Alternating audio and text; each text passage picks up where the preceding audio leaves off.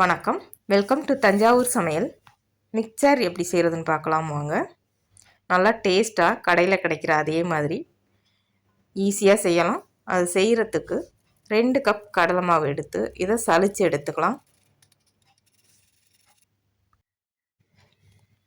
1/2 cup அரிசி மாவு அதையும் சலிச்சிட்டு இது கூட 1 டீஸ்பூன் மிளகாய்த்தூள், தேவையான அளவு உப்பு, கொஞ்சமாக மஞ்சத்தூள், கலருக்காக சேர்க்குறேன், மஞ்சத்தூள் சேர்க்காமையும் செய்யலாம்.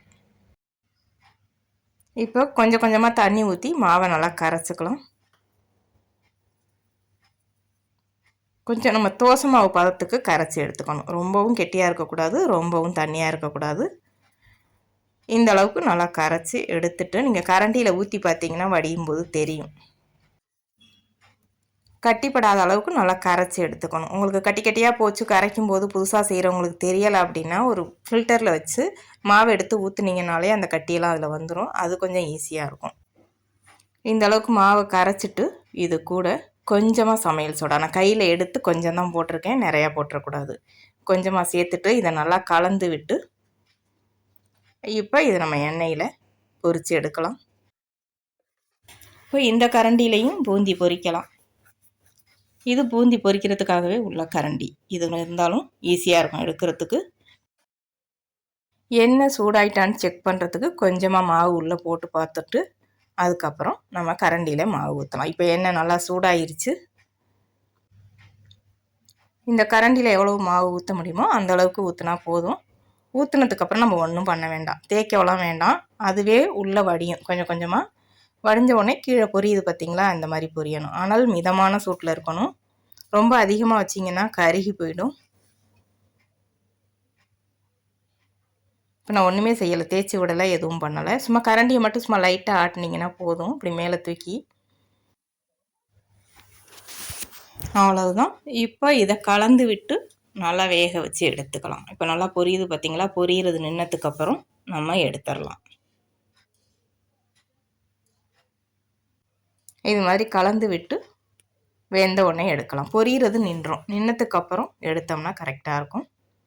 அடுத்து பூந்தி கரண்டிலையும் அதே மாதிரி தான் மாவு எடுத்து அதில் ஊற்றி அப்படியே பிடிச்சிட்டோம்னா அது கீழே வடியும்.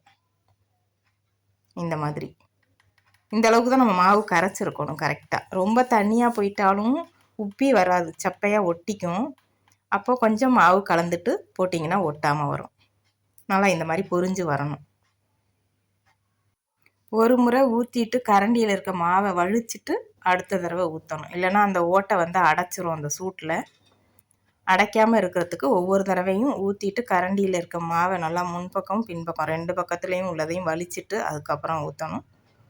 இப்போ இந்த மாதிரி பொரிஞ்சதுக்கப்புறம் எடுத்துடலாம். அவ்வளவுதான். அதே எண்ணெயில் 1/2 கப் கடலையை இதிலே பொரித்து எடுத்துக்கலாம். கடலை வெடித்து நல்லா பொரியணும், அந்த அளவுக்கு பொரித்து எடுக்கணும். மிதமான சூட்டில் வச்சு பொரிச்சிங்கன்னா இந்த அளவுக்கு வரும், இல்லைனா கருகி போயிடும். 1/4 கப் முந்திரி, அதையும் பொரித்து எடுத்துக்கலாம். இந்த அளவுக்கு பொரிச்சா போதும். இப்போ இதிலே 1/4 கப் பொட்டுக்கடலை சேர்த்துருக்கேன், அதையும் பொரித்து எடுத்துக்கலாம்.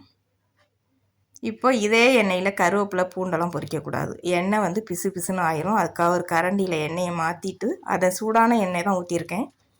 அதில் கருவேப்பிலை, பூண்டு அதெல்லாம் பொரித்து எடுத்துக்கலாம். நம்ம பூண்டு, கருவேப்பிலை, அவல் பொரித்தோம் அப்படின்னா எண்ணெய் பிசு பிசுன்னு ஆயிரும். இப்போ இதில் அவல் சேர்த்துருக்கேன், இதையும் பொரித்து எடுத்துக்கலாம். இந்த எண்ணெயில் கொஞ்சம் இஞ்சி சேர்த்து பொரிச்சிட்டு எண்ணெயை வடிகட்டி எடுத்தோம்னா அடுத்த பலகாரம் செய்கிறதுக்கு இந்த வாசனை அதில் வராமல் இருக்கும். எண்ணெயும் சுத்தமாகிடும். இப்போ மிக்சர் எல்லாம் பொரித்து எடுத்தாச்சு. இது கூட வறுத்து வச்ச நட்ஸ் எல்லாத்தையும் சேர்த்து கலந்து எடுத்துக்கலாம். கொஞ்சமாக உப்பு, 1/2 டீஸ்பூன் மிளகாய்த்தூள், கொஞ்சம் பெருங்காயத்தூள் சேர்த்து எல்லாத்தையும் கலந்துக்கலாம். நம்ம மிக்சரில் உப்பு போட்டிருக்கோம், அடுத்து போடும்போது கொஞ்சமாக சேர்த்து பார்த்துட்டு போட்டுக்கலாம். இப்போ இது எல்லாத்தையும் கலந்து எடுத்துக்கலாம். அவ்வளவுதான், சுவையான மிக்சர் ரெடி ஆயிடுச்சு. இப்போ நம்ம எடுத்த 2 கப் கடலை மாவுக்கு இந்த நட்ஸ் எல்லாம் சேர்த்ததுக்கப்புறம் 3/4 கிலோ இருக்குது. சாப்பிட்றதுக்கு டேஸ்ட்டும் நல்லாயிருக்கு. செஞ்சு பாருங்கள். வீடியோ பிடிச்சிருந்தா வீடியோ ஷேர் பண்ணுங்கள். தஞ்சாவூர் சமையலுக்கு சப்ஸ்கிரைப் பண்ணுங்கள். தேங்க்யூ.